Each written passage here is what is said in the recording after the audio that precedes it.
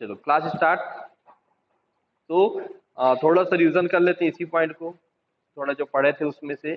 हमने 2 पॉइंट पढ़े थे आपको ना, ये देखिए यहाँ पर ना, एक तो लिखा है एफसीसी और सीसीपी, और एक लिखा है तुम्हारा एचसीपी। तो ये भी हमने किस पर पढ़ा था, हेक्सागोनल जो पैकिंग होता है उसके, उसमें अगर पहला लेयर तुम्हारा ए टाइप का हो, दूसरा लेयर बी टाइप का हो और तीसरा लेयर वापस ए टाइप से हो, उसमें जो वाइट्स बनता है वो कैसा वाइट्स बनता है, तुम्हारा टेट्राहेड्रल वाइट्स बनता है। ठीक है, क्या बनता है तुम्हारा, टेट्राहेड्रल वाइट्स बनता है 4 बॉल से मिलके, और उसी में जो 8 बॉल से मिलकर बनता है वो कैसा बनता है तुम्हारा, ऑक्टाहेड्रल वाइट। और जो ऑक्टाहेड्रल वाइट्स होता है उसको हम लोग क्या बोलते हैं, एचसीपी। क्या बोलते हैं, एचसीपी। सेम अगर यहाँ पर ना ए बी और सी लेयर, यहाँ पर इम्पोर्टेंट, यहाँ पर देखो तीसरा लेयर तुम्हारा वापस ए था, यहाँ पर तीसरा लेयर तुम्हारा क्या है, सी टाइप से है। तो उसमें भी जो 4 बॉल से मिलकर बनेगा तो टेट्राहेड्रल वाइट से बनेगा। ऑक्टाहेड्रल वाइट जो बनेगा 8 बॉल से, उसके लिए मतलब रखता है कि उसको हम लोग क्या बोलते हैं, सीसीपी या एफसीसी बोलते हैं। ठीक है, 8 बॉल से, सॉरी 6 बॉल से क्या बनता है, ऑक्टाहेड्रल वाइट। 4 बॉल से क्या बनता है, टेट्राहेड्रल वाइट। ये पूरा पढ़ा चुका हूँ, आपको केवल ये बता रहा हूँ कि जो तीसरा लेयर होता है उसकी क्या वैल्यू होता है। अगर तीसरा लेयर वापस ए टाइप से हो तो उसको हम लोग एससीपी पैकिंग बोलते हैं, लेकिन तीसरा लेयर तुम्हारा अगर सी टाइप से नया परमाणु हो तब उसको हम लोग एफसीसी या सीसीपी बोलते हैं। इसका पूरा नाम है, सीसीपी को क्या पढ़े थे, क्लोज, यहाँ क्यूबिक क्लोज पैकिंग। और एफसीसी को जानते हो सब लोग, फलक केंद्रीय घनीय संरचना।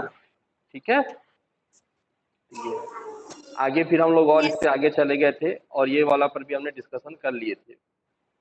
ठीक है, क्या डिस्कशन कर लिए थे, देखो ये चीज अगर आपको तुमको पता होगा ना, तो आप आगे की 3 इससे रिलेटेड जो मैथ्स आता है उसको भी आप आसानी से बता सकते हो। आपको पूरी ये चीज पता होनी चाहिए, खासकर ए और आर में रिलेशन पता होना चाहिए। इसमें ए और आर, ए मतलब क्या होता है, एज लेंथ, और आर क्या होता है तुम्हारा, परमाणु की त्रिज्या। अगर ये चीज पता है, तुम आगे ना बहुत सारे बाई मैथ से जो सवाल आते हैं उसको भी आप यहाँ से कर सकते हो। तो ये चीज आपको पता होना चाहिए। ठीक है सर ए का क्या बोले, ए को बोलते हैं एज लेंथ, कोर की लंबाई। अभी मैं और बता रहा हूँ। ठीक है, और आर क्या होता है तुम्हारा, परमाणु की त्रिज्या। ठीक है, माउस कहाँ गए रे, माउस ठीक से काम नहीं कर रही है। हाँ ठीक है, चलो। तो हमने कल ना सिंपल घनी सेल के लिए देखे थे, और सिंपल घनी सेल के लिए क्या देखे थे,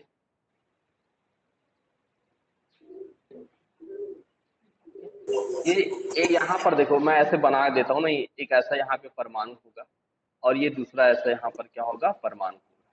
ठीक है, तो देखो ये जो ये फलक है वो यूनिट सेल है ना, यूनिट सेल का ये कोर है, ये पहला कोर है और ये दूसरा कोर है। इन दोनों कोर को जो मिलाएगा उसको हम लोग क्या बोलते हैं, कोर की लंबाई। क्या बोलेंगे, कोर की लंबाई। तो पूरा का पूरा इसका क्या है, कोर की लंबाई। इंग्लिश में इसको बोलते हैं एज लेंथ, और इसको कैसे प्रदर्शित करते हैं, ए से। ठीक है, कैसे प्रदर्शित करते हैं, ए से। अब ये जो परमाणु बना हुआ है उसका केंद्र से लेके जो आउटर मोस्ट सेल होगा उसकी जो त्रिज्या होती है उसको हम लोग क्या बोलते हैं, आर। ये बोलते हैं ना, क्या बोलते हैं, आर। तो देखो यहाँ से इस पॉइंट से लेकर इस पॉइंट तक अगर हम जाएं तो हमको 2 आर मिलता है, एक आर इसके लिए और एक आर इसके लिए। तो 2 आर मिला ना आपको। ठीक है, यस सर, और एक क्या मिला तुम्हारा, 2 परमाणु के बीच की दूरी। तो ये भी तो है ना, ये तो ये सिंपल है, इसलिए एकदम सिंपल लिख रहा है। जो बाद में समझेंगे वो थोड़ा सा कॉम्प्लिकेटेड आएगा। तो सिंपल में ये देख लो, 2 परमाणु क्या है तुम्हारा, कैसा, ये तुम्हारा पहला परमाणु है, उसी के ऊपर चलता नहीं, ये वाला जो तुम्हारा पहला है और ये दूसरा है। तो इस वाले पॉइंट से लेके, इसको मैं हटा रहा हूँ ना, इस वाले पॉइंट से लेके इस वाले पॉइंट की जो बीच की दूरी होगी वो 2 परमाणु के बीच की दूरी होगी। तो वही चीज तो यहाँ पर लिखा है, यहाँ पर डी मतलब क्या हुआ तुम्हारा, डिस्टेंस बिटवीन 2 परमाणु। 2 परमाणु के बीच की दूरी क्या है, तुमको इसको ए मानो, इसको बी मानो, तो ये ए बी होगा। इज इक्वल टू किसका हो रहा है तुम्हारा, ए के बराबर हो रहा है। ए क्या है तुम्हारा, एज लेंथ है कि नहीं है, एक किनारे से यस दूसरे सर, किनारे की दूरी तो एज लेंथ, और एज लेंथ बराबर क्या हो रहा था तुम्हारा, 2r। इसको हम लोग r बोल रहे हैं और इसको भी हम लोग क्या बोल रहे हैं, हाँ उसकी त्रिज्या के बराबर है कि नहीं। यहाँ पर ध्यान से देखो, ये भी तुम्हारा r है और ये भी तुम्हारा क्या है, r है। 2 परमाणु यहाँ पर इस वाले पॉइंट से जुड़े हुए हैं, तो दोनों का हाफ हाफ आ रहा है ना, तो ये r है। इज इक्वल टू क्या होता है तुम्हारा, 2r होता है। और इस तरह से हम वैल्यू निकालते हैं तो आर बराबर हमको मिलता है a/2। ये आपको पता होनी चाहिए।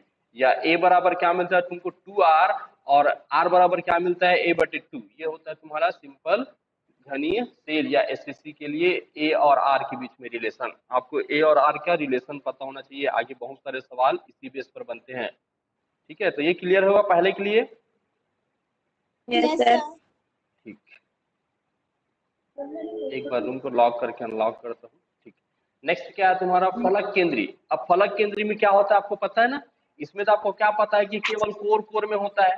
क्या पता था कि इसमें भाई कोर कोर में होता है, लेकिन यहाँ पर तो एफसीसी में इसकी स्ट्रक्चर ही बदल जाता है, क्योंकि क्या होता है इसमें एक कोर और एक फलक। अगर हम इसको ऐसे निकालना चाहेंगे तो ये एक कोर में है, ये दूसरा कोर में है, और ये यहाँ पर क्या है तुम्हारा फलक में है। तो 3 परमाणु है, और 3 परमाणु पर हम क्या करेंगे, यहाँ से यहाँ तक की दूरी निकालेंगे। ये जो होगा ये क्या होगा तुम्हारा परमाणु AC इज इक्वल टू क्या होगा तुम्हारा D इज इक्वल टू क्या होगा AC/2। मतलब 2 परमाणु के बीच की दूरी क्या होगा, तुमको AC को 2 से भाग दोगे तो आपको 2 परमाणु के बीच की दूरी निकल जाएगा। ठीक है, कैसे निकल रहा है आप समझ रहे हो ना? कि देखो ये एक परमाणु तो A लिखा है, ये उसके बाद दूसरा परमाणु है, और ये क्या है तुम्हारा तीसरा परमाणु है। ठीक है, गोल नहीं बन रहा है लेकिन समझिए। अरे यार सॉरी, मैं कहा था, ये एक परमाणु है, ये दूसरा परमाणु है, और ये क्या है तुम्हारा तीसरा परमाणु।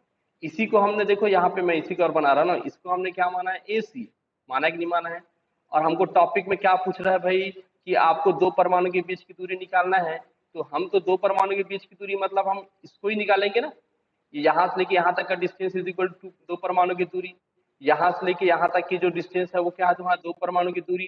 तो हमको क्या करना पड़ेगा, AC को अगर हम 2 से भाग देंगे तो हमको आधा तो मिल जाएगा, मिलेगा ना? AC को अगर हम 2 से भाग देंगे तो हमको आधा मिल जाएगा, मतलब आपको 2 परमाणु के बीच की दूरी मिल जाएगा, इस पॉइंट से लेके इस पॉइंट तक की दूरी। ठीक है, या चाहो तो इस पॉइंट से लेके इस पॉइंट की दूरी इज इक्वल टू क्या होगा, यही तो है ना AC। और D मतलब 2 परमाणु की दूरी, तो आपको 2 से भाग देना पड़ेगा तभी तो मिलेगा आपको। तो इसके लिए आपको थोड़ा सा और पाइथागोरस प्रमेय पता होनी चाहिए। तो हम सबसे पहले ये वाला इसके लिए देख रहे हैं, ये यहाँ से यहाँ तक। ठीक है, वो चीज मैं और बना दिया हूँ, ध्यान से देखना क्या हो रहा है। तो AC इज इक्वल टू क्या होगा, आपको एक चीज हमको पता है कि हमको AC की वैल्यू नहीं पता है, लेकिन हमको AB और BC की वैल्यू पता है। देखो AB और BC क्या है तुमको दिख जाएगा। AB क्या है तुम्हारा कोर लंबाई है ना इसके लिए, उसी प्रकार BC भी क्या है तुम्हारा कोर लंबाई है ना? तो ये भी तुम्हारा A हुआ, ये भी तुम्हारा क्या हुआ A हुआ। ठीक है, क्या एक मिनट ना, किसका मैसेज आया है सर? हाँ क्या है, पार्वती पटेल, आपके आवाज नहीं आ रहे हैं। सबको प्रॉब्लम है क्या आवाज नहीं आने का, कि सिर्फ पार्वती? No sir. नहीं सर। पार्वती गांव से होगी तो हो सकता है कि नेटवर्क का प्रॉब्लम हो। ठीक है, चलो फिर मैं थोड़ा देख लेता हूँ। तो हाँ, मैं क्या बता रहा था, वो चीज समझते जाओ ना, जितना समझो कि भले टाइम ले लेगा चलेगा, रोज पढ़ लेंगे, लेकिन आपको समझ आना चाहिए टाइम, है ना? तो ये क्या हुआ तुम्हारा कोर लंबाई A हुआ, और ये भी तुम्हारा कोर लंबाई A हुआ B से लेके C तक। लेकिन हमको AC पता है, क्या AC क्या होता है नहीं पता, तो हम यहाँ पर क्या रखेंगे, पाइथागोरस प्रमेय रखेंगे त्रिभुज ABC में। ABC इज इक्वल टू क्या होगा, AB का वर्ग plus BC is equal to AC। ठीक है, उसमें से हमको तो ए भी पता है कि कोर लंबाई है, BC भी पता है कोर लंबाई है। अब ध्यान से देखो तुम AC को, आप AC को देखोगे तो यहाँ से देखो, एक तो यहाँ से लेके आधा हाफ एक परमाणु की त्रिज्या है, एक पूरी परमाणु है, और तो उसका केंद्र सेंटर पे है, तो दोनों परमाणु की त्रिज्या आएगा, और इस वाले परमाणु का एक त्रिज्या आएगा। तो AC इज इक्वल टू क्या होगा तुम्हारा 1r 2r 3r और ये 4r। आया कि नहीं आया? तो हम AC इज इक्वल टू क्या लिखेंगे 4r, उसी का त्रिज्या है r। समझ रहे हो ना?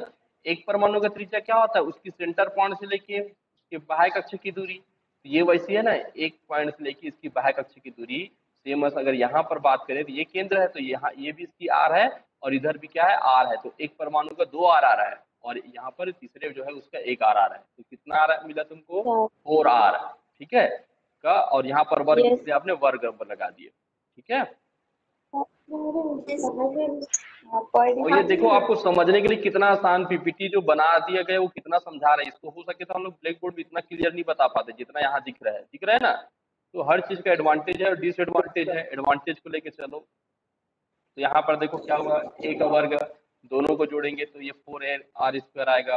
अब इसको पूरे कैलकुलेटर में हम लोग करते हैं तो जर्नल मैथ से ही आपको पता चला ना, ठीक है। भाग दे देंगे तुमको क्या मिला, ए का वर्ग इज इक्वल टू 8r, ठीक है। तो ए बराबर तुमको क्या मिला, 2√2, इसको वर्ग निकालेंगे तो 2√2r आएगा। ये रिलेशन आपको पता होना चाहिए, यस सर। ठीक है। ए इज इक्वल टू 2√2। तो कभी कभी ये वाली वैल्यू दे देता है, कभी कभी इसकी वैल्यू को बढ़ा देता है। तो वैल्यू कब बढ़ा है, फिर आगे का मैथ्स है। यहाँ पर अगर हम 2 का करणीकरण कर दें, अगर हम यहाँ पर r की वैल्यू लिखेंगे तो क्या आएगा, a/2√2, ठीक है। अब इस √2 को हम लोग क्या कर सकते हैं, करणीकरण करेंगे तो हर और अंश में गुना करेंगे, और हर और अंश में गुना करेंगे तो हमको क्या मिलता है, √2a/4, ये वैल्यू मिलता है। तो आपको दोनों वैल्यू पता होना चाहिए, ये वाले भी वैल्यू काम चल जाएगा या ये वाली वैल्यू से, और ये वाला भी। ये कैसा है, तुमको करणीकरण करने से मिला है, ठीक है। हो जाएगा, प्रैक्टिस करना, ठीक है। प्रैक्टिस परफेक्शन लाता है, एक बार पढ़ के देखना, ठीक है। हो जाए, इसको मैं छोड़ दूं, फिर आपको ए और आर में रिलेशन समझ आ गया। ए बराबर का आएगा तो 2√2r आता है, या r is equal to a/, इसी को पक्षांतर कर दोगे तो आपको r की वैल्यू मिल जाता है, ठीक है। और किसके लिए था तुम्हारा, एफसीसी के लिए। अब हम लोग पढ़ेंगे किसके लिए, बीसीसी के लिए, ठीक है, बॉडी सेंटर क्यूबिक सेल के लिए, ठीक है। अच्छा, मैं यहाँ पर ना एक चीज और बताना छोड़, अच्छा मैं जो ये बता देता हूँ ताकि आपको आगे की टॉपिक में समझ आए कि मैं क्या बोल रहा था। हमको ना एसी तक की दूरी निकालना था, ये निकाला था ना एसी। तो हमको एसी में जाने के लिए कितना चलना पड़ा, देखो हमारे लिए एक ये पॉइंट है और ये बी पॉइंट है, ठीक है। हमको ए से सी तक जाने के लिए हमारे पास दो रास्ता है। एक रास्ता क्या है, हम ए से होते हुए सीधा सी तक चले जाए। दूसरा रास्ता क्या है, आप ए से होकर बी जाओगे, क्या जाओगे, ए से होकर क्या जाओगे, बी जाओगे, और बी से फिर कहाँ जाओगे, ए जाओगे। तो एसी के लिए आपको कितना चलना पड़ा, एसी इज इक्वल टू आपको एक बार ए मतलब ये चलना पड़ा, ए को मैं इसी कोर लेंथ को ही ले रहा हूँ, फिर आपको कितना चला, तुमको दूसरा ए चलना पड़ा।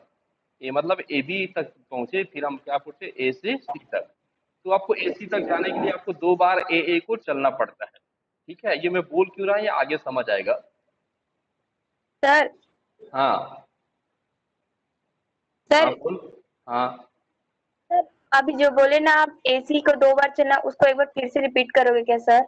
हाँ ठीक है। मैं ना ये लेंथ ना चल में यहाँ पर इंपॉर्टेंट नहीं है, लेकिन अभी जो मैं नेक्स्ट पढ़ाऊंगा ना बीसीसी, वहां पर तुमको क्लियर करने के लिए ना चल करना पड़ेगा। मैं बोलता हूँ कि आपको ये ए है और ये सी है, ठीक है। आपको ए से बी तक जाने के लिए आप क्या कर सकते हो, सीधा सीधा इसी रास्ते में जाओगे, ए से ई पहुंचे, ई से सी पहुंचे, तो ए सी मिल गया आपको, ठीक है। या आपके यस पास सर। दूसरे रास्ते क्या है, ए से आपको सी तक जाना है तो आप ए से चलकर पहले बी जाएंगे, और बी से वापस क्या आएंगे, आप सी में आएंगे, आएंगे ना। तो आपको कितना चलना पड़ेगा, ये कोर लेंथ है तो मैं इसको ए और इसको ए लिख देता हूँ, तो आपको ए सी इज इक्वल टू क्या हुआ, ए प्लस ए हुआ कि नहीं हुआ, यही बोल रहा था मैं, यस ठीक है। यस अब सर। ये वाला ये आगे अच्छे से और समझ आएगा, अगर यहाँ नहीं समझ आया, 3 बजे देते ना। ठीक है।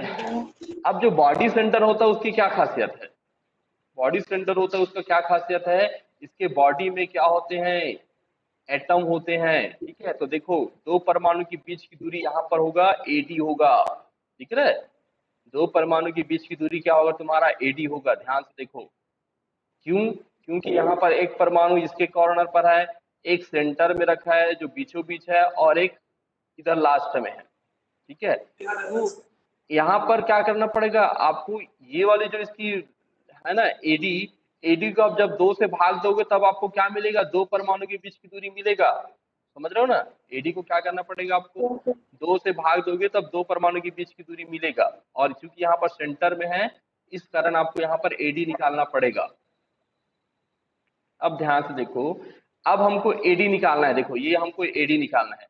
तो एडी तक हम लोग कैसे पहुंचेंगे, एक तो क्या करेंगे, हम ए से डी तक पहुंच सकते हैं सीधा सीधा, या दूसरे रास्ता क्या है, हम ए से बी आएंगे, बी से किस में आएंगे, सी आएंगे, सी से किस में जाएंगे, डी में आएंगे, समझ रहे हो। तो आपको कितना चलना पड़ा, एक बार यहाँ पर ए एज लेंथ, एक यहाँ पर एज लेंथ 2 और यहाँ पर एक और एज लेंथ 3 बार ए जाना पड़ेगा। जैसे कि वहां पर एसी के लिए आपको 2 बार ए चलना पड़ा था, ए से बी, बी से सी, लेकिन यहाँ पर आपको एडी जाने के लिए कितना चलना पड़ेगा, ए से सी इज इक्वल टू ए। आप एक कोर लेंथ चलोगे, फिर बी से सी, फिर सी से डी, और ये बी सी और सी डी क्या है, तुम्हारा कोर लेंथ है। मैं वही बता रहा हूँ, ठीक है। चलो अब देखते हैं, हमको दो परमाणु के बीच की दूरी निकालना है। ये हमको यहाँ से लेके यहाँ तक की दो परमाणु के बीच की दूरी निकालना है। तो इसके लिए हमको क्या करना पड़ेगा, एडी को 2 से भाग देना पड़ेगा। उसके लिए आपको त्रिभुज ध्यान से देखना पड़ेगा। सबसे पहला वाला त्रिभुज क्या है तुम्हारा, त्रिभुज एसी। कौन सा त्रिभुज के बारे में बात कर रहा है, ये वाला, ये ए बी और सी के बारे में, ठीक है। अब AC तो आपने निकाल लिया था, AC इज इक्वल टू क्या होता है, आपने क्या निकाला था कि भाई AC इज इक्वल टू क्या होगा, A का वर्ग B का वर्ग, निकाले थे ना, याद करो आप। लेकिन यहाँ पर 4R नहीं आ रहा है, ये वो 4R वहां पर मिल गया था, क्योंकि यहाँ पर एक A था, यहाँ पर दूसरा परमाणु था और यहाँ पर तीसरा परमाणु था, तब वहां पर आपको 4R मिल गया था AC बराबर। लेकिन यहाँ नहीं मिलेगा, क्योंकि यहाँ तो बेच लेते, हमको इस दिशा में निकालना है, दिख रहा है ना। तो आपको क्या निकालना पड़ेगा, सबसे पहले AC। तो AC कैसे निकाले आपने, AC इज इक्वल टू क्या लिखे, ए बी का वर्ग, उसके बाद BC का वर्ग।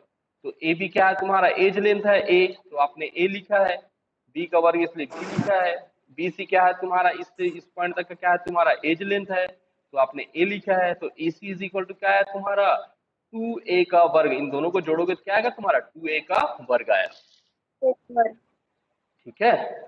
या फिर क्या होगा, या क्या होगा तुम्हारा AD। अब यहाँ से दूसरा त्रिभुज देखो, कौन सा त्रिभुज देखोगे, ADC, क्या है तुम्हारा A, ये वाला D और ये C, इस वाले त्रिभुज को देखो। इस वाले त्रिभुज को देखोगे तो क्या मिलेगा आपको, AD का वर्ग इज इक्वल टू, आपका ये सबसे बड़ा विकर्ण है ना, ये देखो ये विकर्ण है, तो AD का वर्ग इज इक्वल टू क्या होगा तुम्हारा, AC, ये वाला पॉइंट AC, फिर क्या होगा तुम्हारा DC स्क्वायर। तो आपको क्या पता है, AD बराबर आपने क्या किया, AC का वैल्यू यहाँ निकाल के आओ, क्या होता है 2A का वर्ग प्लस क्या है तुम्हारा DC, मतलब क्या होगा तुम्हारा A का वर्ग is equal to AD square is equal to क्या मिलेगा तुमको, 3A का वर्ग, ठीक है। अंडर रूट लगाओगे तो क्या मिलेगा तुम्हारा, AD is equal to under root 3A मिलेगा ना, क्योंकि अंडर रूट लगा तो अंडर रूट में ले आएगा।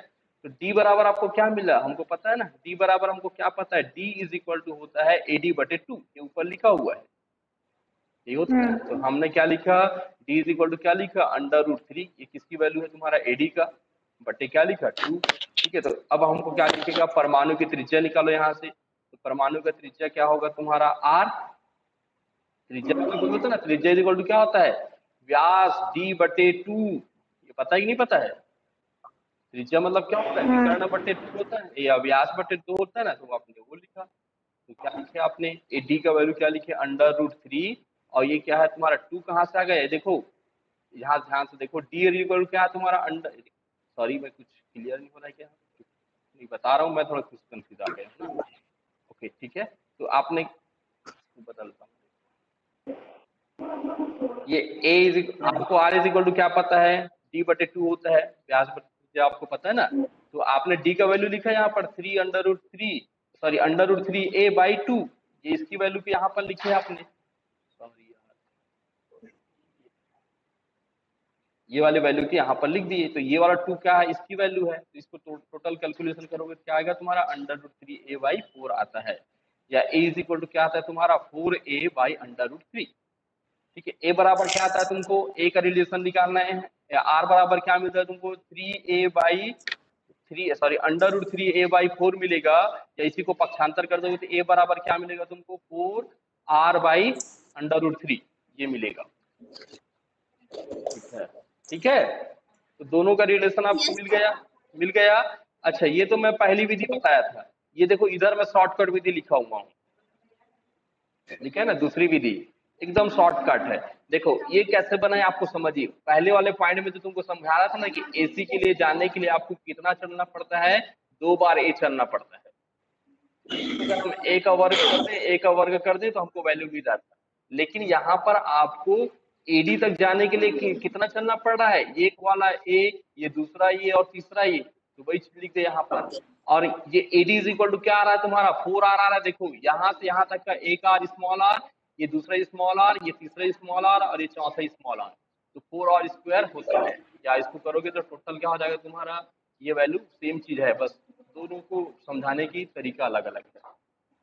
इसको डायरेक्ट ऐसे समझा गया है, ठीक है। इसको AD तक जाने के लिए आप पुराने टाइप का ना हैं सर, जो दूसरी विधि जो आप बताया अभी वो जस्ट पुराना वाला, यानी आप पहले इससे पहले बताए थे वैसी है ना, सेम वो वाला? हाँ वैसी है। इसमें 4R स्क्वायर डाल दो कि 4R मतलब A से लेके D तक का पॉइंट है, वो A से D तक जाने में आपको कितना A चलना पड़ेगा, तो 3 बार A चलना पड़ेगा, A से B, B से C और C से D। तो यहाँ से भी आपको ये आ जाएगा। आपको ना यहाँ पर इम्पोर्टेंट ये चीज बनाना नहीं है, आपको लिए इम्पोर्टेंट क्या है, यहाँ पर A, D और R में रिलेशन याद होना चाहिए, और D में रिलेशन याद नहीं है तो भी चल जाएगा, लेकिन A बराबर आपको पता होनी चाहिए कि √3A/4 आता है, या A बराबर क्या आता है 4R/√3 आता है। ये आपको पता होना चाहिए पेपर के पर्पज से। ये आज तक के पेपर में निकालने का चीज नहीं पूछा है, ठीक है। हमारा काम है चीज आपको डिटेल पता हो करके हम लोग बता दिए। क्लियर है? Yes sir. तो आपको A और R, तो ये कैसे याद रहेगा, आपको लंबा टाइम तक याद करना है तो आपको प्रैक्टिस रहेगा कि होता कैसे है। तो आप अगर कभी भूल गए हो रिलेशन तो ये बनना भी चाहिए, ठीक है। इसलिए ये इतना डिटेल बता दिया आपको। A और R में रिलेशन पता होना चाहिए, हो जाएगा। यहाँ पर नहीं शॉर्टकट विधि से याद कर ले रहना कि ऐसा होता है, ठीक है। तो यहाँ से अगर A का वैल्यू निकालोगे तो 4R इधर, R के साथ 4 का गुना हो जाएगा, √3 नीचे आ जाएगा। बस इतना मैथ्स है ये, ठीक है। हो जाएगा, ये इतना समझ आ गया? Yes sir. ठीक है। तो फाइनली आपको ये वाली पेज तो याद होना चाहिए, ठीक है। अगर वो चीज भूल गए हो तो आपको ये चीज याद होना चाहिए। समरी है यहाँ पर, SCC में क्या होता है, परमाणु संख्या कितना होता है 1, ठीक है। समीपस्थ परमाणु के बीच की दूरी किसके बराबर होता है, A के बराबर होता है, H लेंथ के बराबर। अगर हम परमाणु की त्रिज्या निकालना चाहें R तो हमको मिलता है A/2 मिलता है। अगर हम पूर्ण लंबाई में निकालें तो 2R के बराबर मिलता है, ठीक है। उसी प्रकार FCC में कितना होता है परमाणु की संख्या, Z इज इक्वल टू 4 होता है। दो परमाणु के बीच की दूरी इज इक्वल टू क्या होता है, A/√2। सर आवाज नहीं आ रहा है। क्या हो गया, एक मिनट नेट। हेलो, अब ठीक है? हेलो, अब ठीक है आवाज? Yes sir. ठीक है। हेडफोन लगा लिए करो रे आवाज के लिए। चलो ठीक है, तो ये रिलेशन है आपको, ठीक है। ये वाला भी है, ये सिंपल पहले क्या है, इसके बाद एक करणीकरण के बाद जो आंसर आता है वो वाली वैल्यू है, ठीक है। दूसरे में बता दिया था ना। फिर तीसरा आता है तुम्हारा BCC, जिसमें Z इज इक्वल टू कितना होता है तुम्हारा 2। ये परमाणु संख्या याद होना चाहिए। अगर D निकालना चाहे तो हमको कितना मिलता है, √3A/2, ठीक है। R की वैल्यू निकाले तो क्या मिलता है, √3A/4, और A की वैल्यू निकाले तो कितना मिलता है हमको, 4R/√3। ये वाला कम से कम याद होना चाहिए, ठीक है। Yes sir. अब आता है हमारे पास पैकिंग एफिशिएंसी या पैकिंग फ्रैक्शन, ठीक है। पैकिंग एफिशिएंसी, किसी के अंदर कैसे पैक होता है परमाणु अणु, ठीक है। ये दिख रहा है, ये क्या चीज है, लड्डू का डब्बा है, दिख रहा है नहीं लड्डू का डब्बा? हेलो, लड्डू का डब्बा गोल गोल दिख रहा है, उसको आप परमाणु मान लो। और इसमें जो भरी हुई चीज है वो देखो अच्छे से पैक है कि नहीं है? हेलो, सर है। इसमें अच्छे से पैक है, तो हम इसको बोल सकते हैं जब अच्छे से पैक है। कितना लड्डू दिख रहा है उसमें, 12 लड्डू दिख रहा है, तो इसमें घनत्व ज्यादा है कि नहीं है? फिर किसी को भूख लगा, उसने दो लड्डू खा लिया, तो लड्डू कम हो गया, तो घनत्व घटेगा कि नहीं घटेगा? घटेगा, ठीक है। मतलब क्या होता है कि किसी भी चीज की अगर पैकिंग एफिशिएंसी किस पर निर्भर करता है, उसके आयतन और आयतन में उपस्थित इकाई सेलों की संख्या पर, कि कितने उसमें परमाणु है। उसके घनत्व कैसे किस पर निर्भर करता है, जितना परमाणु की संख्या होगा उतना ज्यादा उसका क्या होगा, घनत्व होगा। अभी 12 लड्डू दिख रहा है तो इसका घनत्व 12 है कि नहीं है, 12 होगा ना। लेकिन अगर उसमें से 10 5 लड्डू कम कर देंगे तो घनत्व तो घटेगा कि नहीं घटेगा? क्योंकि आपने तो एरिया पूरा का पूरा यही लिया है, एक डब्बा लिया है, लेकिन इस डब्बे में पहले ज्यादा 12 लड्डू थे तो इसके घनत्व क्या थे? ज्यादा थे। लेकिन अगर आपने 5 लड्डू कम कर दिए तो एरिया तो तुम्हारा सेम है, लेकिन अंदर में जो अणु है या लड्डू है उसकी संख्या क्या हो गया? घट गया। तो घनत्व तो घटेगा कि नहीं घटेगा? घटेगा। ठीक है, तो अब हमारे पास टॉपिक है संकुलन क्षमता की पैकिंग एफिशिएंसी। किसी भी जो यूनिट सेल होता है, जो यूनिट सेल पढ़े ना अभी, ये ऐसा यूनिट सेल होता है वो कितने अच्छे से भरा होता है। और ये जो यूनिट सेल होता है वो किस पर निर्भर करता है? सीधा सीधा उसमें भरे हुए परमाणु की संख्या। तो आपको जेड की वैल्यू पता होनी चाहिए। आपने देखा है कि एससीसी में केवल 1 परमाणु होता है, बीसीसी में 2 परमाणु होता है, और एफसीसी में क्या होता है? 4 परमाणु के बराबर जगह को क्या करता है? घेर के रखता है। उसी के आधार पर हम इसमें क्या निकालेंगे? पैकिंग एफिशिएंसी निकालेंगे कि कितना अच्छे से भरा हुआ है वो। ठीक है, चलो पैकिंग एफिशिएंसी निकालते हैं। तो पहले क्या पढ़ेंगे हम लोग? परिभाषा। किसी इकाई सेल के कुल आयतन, किसी इकाई सेल, ऐसा होता है ना इकाई सेल, ये कई बार बनता नहीं है, चलता नहीं, ये ऐसा होता है ना इकाई सेल। तो इकाई सेल की क्या खासियत होते हैं? हम लोग क्या पढ़ रहे हैं? क्यूबिक सेल पढ़ रहे हैं। क्या पढ़ रहे हैं हम लोग? Cubic cell. और क्यूबिक सेल की खासियत क्या होता है? लंबाई चौड़ाई ऊंचाई बराबर होता है। और हमेशा याद रखिए जब आयतन निकाला जाता है तो एक के पर्पस में निकाला जाता है। लंबाई चौड़ाई इकाई जब यूनिट में होता है, चाहे वो 1 मीटर हो, 1000 हो या 1 लाख हो, एक उसमें क्या होता है? एक वैल्यू होती है, उसके बेस पे निकाला जाता है। तो वही निकालते वाले हैं हम लोग इकाई। और यूनिट सेल है तो हम आयतन की बात करेंगे। और आयतन जैसे ही आप पढ़ते हो तो आपके माइंड में आना चाहिए कि हम लंबाई चौड़ाई ऊंचाई के बारे में बात कर रहे हैं।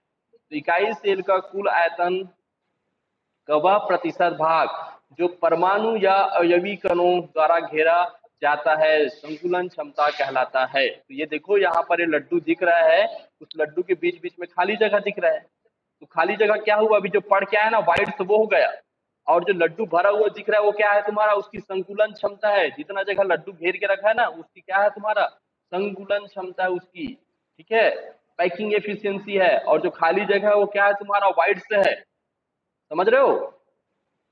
Yes, sir. किसी इकाई सेल में उपस्थित परमाणुओं का कुल आयतन, किसी इकाई सेल में उपस्थित परमाणु का कुल आयतन व इकाई सेल के कुल आयतन का अनुपात क्या कहलाता है तुम्हारा? संकुलन क्षमता कहलाता है। ठीक है, पैकिंग एफिशिएंसी कहलाता है। और पैकिंग एफिशिएंसी क्या होता है? परमाणु द्वारा घेरा गया आयतन। परमाणु क्या है तुम्हारा? यहाँ पर लड्डू दिखते थे, उसे समझ लो ना। एक जो लड्डू जितना जगह घेरा है वो क्या है तुम्हारा? परमाणु द्वारा घेरा गया क्या है तुम्हारा? आयतन है। सॉरी, एक लड्डू को हम परमाणु बोलेंगे, लेकिन यहाँ पर परमाणु लिखा है ना, तो ये क्या है तुम्हारा? जो 12 लड्डू जो जगह घेरा हुआ है उसको हम लोग क्या बोलेंगे? परमाणु द्वारा घेरा गया आयतन बटे क्या होगा तुम्हारा? इकाई से इकाई घनी सेल का आयतन। ये जो डब्बा लिखा हुआ है इसको हम लोग एक यूनिट सेल मान ले तो उसका आयतन होगा, इंटू हम क्या करेंगे? उसको 100 से क्या कर देंगे? गुना कर देंगे। तो उसकी क्या कहलाता है? क्षमता कहलाता है, पैकिंग एफिशिएंसी कहलाता है। और यहाँ पर एक और टर्म्स लिखा है ना, पैकिंग फ्रैक्शन करके। तो पैकिंग फ्रैक्शन मतलब क्या होता है पता है? ये अगर 100 को हटा दोगे तो आप क्या लिखोगे इसको? परमाणु द्वारा घेरा गया आयतन बटे घनी इकाई सेल का आयतन इज इक्वल टू होता है पैकिंग फ्रैक्शन। लेकिन पैकिंग फ्रैक्शन को आप 100 से गुना कर दोगे तो क्या बन जाता है तुम्हारा? संकुलन क्षमता। यहाँ पर इंग्लिश में थोड़ा मिस्टेक है, लेकिन कुछ बुक इसको क्लियर ऐसी बोलते हैं। संकुलन गुणांक मतलब होता है परमाणु द्वारा घेरा गया आयतन बटा घनी इकाई सेल का आयतन। ठीक है, इसको हम क्या बोलते हैं? संकुलन गुणांक। लेकिन सेम चीज को अगर हम लोग 100 से गुना कर देंगे तो क्या बन जाता है तुम्हारा? संकुलन क्षमता। इतना ही है। जैसे उसको पढ़ के आए थे ना, याद करो क्या पढ़े थे तुम लोग? क्या शुरू में पढ़े थे ना, आयतन और आयतन प्रतिशत पढ़े थे ना, याद करो। वैसा ही है। Yes sir. समझ आया ना कि अगर कहीं पर प्रॉपर ये लिखा हो ना संकुलन गुणांक करके, तो आप ये लिखो परमाणु द्वारा घेरा गया आयतन बटे इकाई सेल का आयतन। और क्षमता पूछा है तब आप उसको क्या करोगे? 100 से क्या करोगे? गुना कर दोगे। इसी को इंग्लिश में फिर से लिखा गया है वॉल्यूम ऑक्यूपाइज्ड बाय एटम। ठीक है, वॉल्यूम ऑफ यूनिट्स बाय क्या होता है? 100। अब ये आपको अभी तक हमने क्या इमेजिन किया? सबको याद है, एक जो परमाणु होता है उसको हम लोग गोलाकार मानते हैं। मानते कि नहीं मानते हैं? Yes sir. एक परमाणु होता है उसको गोलाकार मानते हैं। और गोले का आयतन कितना होता है? मैथ्स वालों को पता है। देखो ये गोला दिख रहा है, इस गोले का आयतन आपको पूछेगा तो क्या होगा तुम्हारा? ये यहाँ ये चार सेंटर बटे है, पाई आर उसके ये वाली जो इसको हम क्या बोलते हैं, त्रिज्या बोलते हैं। और जब हम आयतन निकालते हैं तो क्या होता है, 4/3 पाई आर की घात 3। ठीक है, ये होता है ना, ये होता है Yes, गोले sir. का आयतन। और जब भी आप हम गोला बोलेंगे ना, तब इमेजिन कर लेना कि भाई कि वो हम परमाणु कैसे पढ़ रहे हैं, अभी तक गोले के रूप में ही पढ़ रहे हैं। एक गोला जैसा होता है, तो कितना आयतन घेरेगा एक गोला या एक परमाणु, तो इतना आयतन घेरेगा। और इसी को अगर हम किससे गुना कर दें, उनको जेड से, जेड मतलब आप जा रहे हो ना, सिंपल यूनिट सेल में अगर हम किससे गुना करेंगे, 1 से, बीसीसी में किससे गुना करेंगे, 2 से, और एफसीसी में किससे गुना करेंगे, 4 से, तो उस जो यूनिट सेल होता है उसकी आपको पैकिंग एफिशिएंसी आसानी से मिल जाएगा। ये बताने का मतलब यही है मेरे को। ठीक है, चलो आगे बढ़ते हैं। अब पैकिंग एफिशिएंसी निकालते हैं, ये वाला सरल घनी इकाई सेल का संकुलन क्षमता, पैकिंग एफिशिएंसी ऑफ एससीसी। ठीक है, तो इसकी हम लोग निकालेंगे। और इसको निकालने से पहले मैं तुमको जो बता के आया हूँ उसको देखो अच्छे से, क्या लिखा है तुमको दिख रहा है ऊपर में? सर हाँ, आप ये बोले ना कि जब संकुलन पूछा जाए तब उसको 100 से इंटू नहीं करना है ऐसे करके? नहीं पागल, अगर गुणांक पूछा जाएगा ना, संकुलन गुणांक पूछा जाएगा, तब होगा परमाणु द्वारा घेरा गया आयतन बटे घन के उसका पूरा यूनिट सेल का हाँ आयतन। ठीक है, लेकिन अगर आपको संकुलन क्षमता पूछ दिया, तो उसको 100 से गुना कर दो, वो संकुलन क्षमता हो जाता है। अच्छा। यही बस रिलेशन है गुणांक और संकुलन क्षमता में। हालांकि हमारे बुक में ना दोनों को सेम दे दिया है, लेकिन किसी किसी बुक में है कि दोनों को ऐसे अंतर दिया गया है, शायद कर एनसीईआरटी में। तो ये मैं तुमको क्लियर कर देता हूँ। ठीक है, Yes. Yes, sir. ठीक है। ये कई बार माउस काम नहीं करता। हाँ, तो हम लोग आ गए अब एक जो यूनिट सेल होता है। अच्छा, इस यूनिट सेल में आपको देखियो ना कि हालांकि आपको 8 कोने पर दिखता है कि 8 के 8 है, लेकिन केवल एक परमाणु के बराबर होता है। आपने हिस्सेदारी निकाले कि नहीं निकाले, उसी का हम लोग वापस पढ़ना है, ध्यान से देखो। तो आप हम लोग पढ़ेंगे पैकिंग एफिशिएंसी ऑफ एससीसी। क्या होगा तुम्हारा, इकाई सेल की एक भुजा की लंबाई, आपको पता है यहाँ से यहाँ तक की भुजा की लंबाई क्या होता है तुम्हारा, ए होता है, जिसको हम लोग एज लेंथ बोलते हैं। और एज लेंथ किसके बराबर होता है तुम्हारा, 2r के बराबर होता है। इससे पहले पढ़े ना, एज इक्वल टू क्या होगा तुम्हारा, 2r आएगा। और आपको क्या पता है, सरल घनी इकाई सेल एससीसी में गोलाकार परमाणु की संख्या कितना होता है, हालांकि 8 होता है, लेकिन एक जो उसकी हिस्सेदारी 1/8 के बराबर होता है। इस कारण एक जो यूनिट सेल होता है एससीसी का, उसमें केवल एक परमाणु होता है। हालांकि दिखता 8 है, लेकिन अगर उसको हम लोग पूरे 8 के 1/8वें हिस्से को जोड़ेंगे तब वो 1 के बराबर होता है। और साथ में आपको क्या पता है, एक गोला होता है उसका आयतन क्या होता है, एक गोले का आयतन आपको पता ही नहीं पता है, ये गोले का आयतन है। ये हम क्योंकि हम परमाणु को गोला मानते हैं ना, तो 4/3 इंटू क्या होगा, पाई आर की घात कितना होता है, 3 होता है। अब यहाँ पर एक क्यों लिखा है, क्योंकि एक किसके निकाल रहे हैं हम लोग, एससीसी के लिए। और सबको अभी तक रखा गया होगा कि एससीसी के लिए 1 होता है परमाणु की संख्या, जेड की वैल्यू कितना होता है, 1 होता है। तो सरल इकाई सेल का आयतन कितना होता है, आयतन मतलब जानते हो ना, ये इसकी ये देखो मैं बता रहा हूँ ना, ये इसकी लंबाई हो गया ए, इसकी चौड़ाई हो गया ए, और इसकी ऊंचाई भी हो गया ए क्यों लिखा हूँ, इसका एज लेंथ है। यहाँ से यहाँ तक की दूरी क्या है तुम्हारा, एज लेंथ है। इतना दूरी को हम क्या मानेंगे, ए मानेंगे। यहाँ से लेके यहाँ तक की दूरी को ए मानेंगे, और यहाँ से लेके यहाँ तक के डिस्टेंस को भी हम क्या मानेंगे, ए मानेंगे। तो आपको क्या मिला है, जो यूनिट सेल है उसकी आयतन मतलब क्या होता है, लंबाई गुणित चौड़ाई और ऊंचाई। तो लंबाई गुणित चौड़ाई गुणित ऊंचाई, तीनों को हम लोग ए लेंगे तो क्या होगा, ए की घात 3 आएगा। और आपने यहाँ पहले निकाल गया ए और आर के बीच में क्या रिलेशन होता है, आपको बता दिया गया। देखो यहाँ पर ऊपर में लिखा है, या इससे पहले भी रट लेना बोला गया था। कितना होता है, 2r के बराबर होता है सिंपल क्यूबिक सेल के लिए। तो ए इज इक्वल टू 2r आपने डाला, तो आपको टोटल वैल्यू कितना मिल गया यहाँ पर, 8r की घात 3। ठीक है, 8r की घात 3। अब आपको क्या पता है, संकुलन क्षमता आपको निकालना है, तो निकालिए संकुलन क्षमता। एक परमाणु का आयतन बटे घनी इकाई सेल का आयतन, घनी इकाई सेल का आयतन इंटू कितना होगा तुम्हारा 1000। तो आपने ये एक क्यों लिखा है, आप समझ रहे हो ना, क्योंकि एससीसी के लिए है। इसी को जब बीसीसी के लिए लिखा जाएगा तो 2 लिखा जाएगा, आपने निकाला है ना। और इसी को एफसीसी के लिए लिखा जाएगा तो क्या लिखा जाएगा, 4 लिखा जाएगा।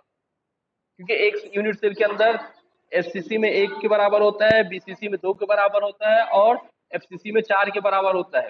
ये माइंड में रखना, ठीक है। तो एक परमाणु का आयतन ये निकाल दिया, वैल्यू हमने ऊपर से लाया था, ठीक है। सॉरी, फिर ये क्या है तुम्हारा घनी इकाई सेल का आयतन, मतलब ये आयतन क्या है आपको समझ आ रहा है, नहीं क्या आ रहा है, नहीं आ रहा हो तो मैं क्लियर कर देता हूँ।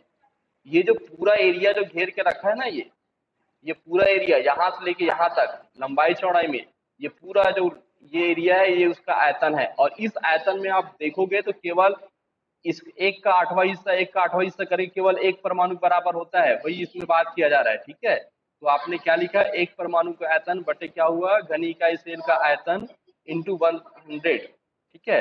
तो जब इसको कैलकुलेट किए तो आपको क्या बचा तुम्हारा, मैं पूरा निकाल दिया हूँ, लेकिन आप तुम ना डायरेक्ट इसको लिखना और इसके बाद सीधा यहाँ पहुंच जाना। कितना होता है, 52.33% होता है। कितना होता है, 52.33% होता है जब इसकी पूरी वैल्यू निकालोगे। देखो यहाँ पर जो जो चीज करता है उसको काट दिया गया, उसके बाद यहाँ पर पाई की वैल्यू लिखा गया 6 से, इसको फिर गुना किया गया। लेकिन तुमको ये इतना को रटने की जरूरत नहीं है, बीच को मैं आपको अगर मैथ्स बनाना चाहोगे तो कैसे बनाओगे करके बना दिया हूँ। आपको डायरेक्ट ये वाला लिखना है, एक परमाणु का आयतन बटे घनी इकाई सेल का आयतन, और सीधा यहाँ पर पहुंच जाना है, 52.33% होता है। कितना आसान है एफसीसी का याद करना, कि 52 कितना होता है, 33 होता है। लेकिन आपको 11वीं में पढ़ाया गया था सार्थक अंक, याद है? Yes sir. और सार्थक अंक में हमने क्या पढ़े थे वो भी याद होगा, कि एकदम जो क्लोज वैल्यू होता है उसको लेते हैं, तो हमको 33 लिखने की जरूरत नहीं, हम उसको क्या लिख सकते हैं, 52 के बराबर मान सकते हैं, ठीक है। तो अगर आपको सीधा पूछे जाए कि भाई जो एससीसी होता है, हाँ एससीसी होता है, उसकी पैकिंग एफिशिएंसी कितना होता है, तो आप बताइए 52% होता है। कितना होता है, 52% लिखोगे तो भी तुम्हारा काम चलेगा, ठीक है। 52.33 लिखने की जरूरत नहीं है, ठीक है। अगर आपको ये पता चल गया है कि इस यूनिट सेल के अंदर 52% जो भाग होता है वो भरा होता है, तो खाली भाग कितना होता है, तो आप 100 से 52 को घटा दोगे तो आपको कितना मिलेगा, 48% इसका क्या होता है, खाली वाला भाग होता है। आया समझ?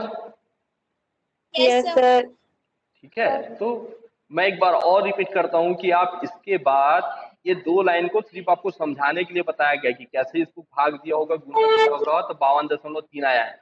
आप यहाँ पर 52% लिखोगे तब भी आपको गलत नहीं दिया जाएगा। क्लियर है? और ये पैकिंग एफिशिएंसी आता है, इसलिए मैं इसको और डिटेल समझा रहा हूँ, ठीक है। तो Yes, कभी sir. कभी रिक्तियां पूछ देता है, तो रिक्तियां कब पता होगा, अगर आपको पैकिंग पता है तो पैकिंग को 100 से भाग दे दो तो आपको रिक्तियां भी मिल जाएगा। कितना आसान है कि नहीं है? ठीक है। और ए और आर के बीच में आप में रिलेशन आपको पता होनी चाहिए, क्योंकि मैं कई बार इसी क्लास में बोल चुका हूँ, इतना बोल रहा हूँ कि उसका इम्पोर्टेंस है, ठीक है। चलो नेक्स्ट क्लास हम लोग, इसके बाद क्या है, घनी इकाई, ये इसकी पैकिंग एफिशिएंसी हम लोग कल की क्लास में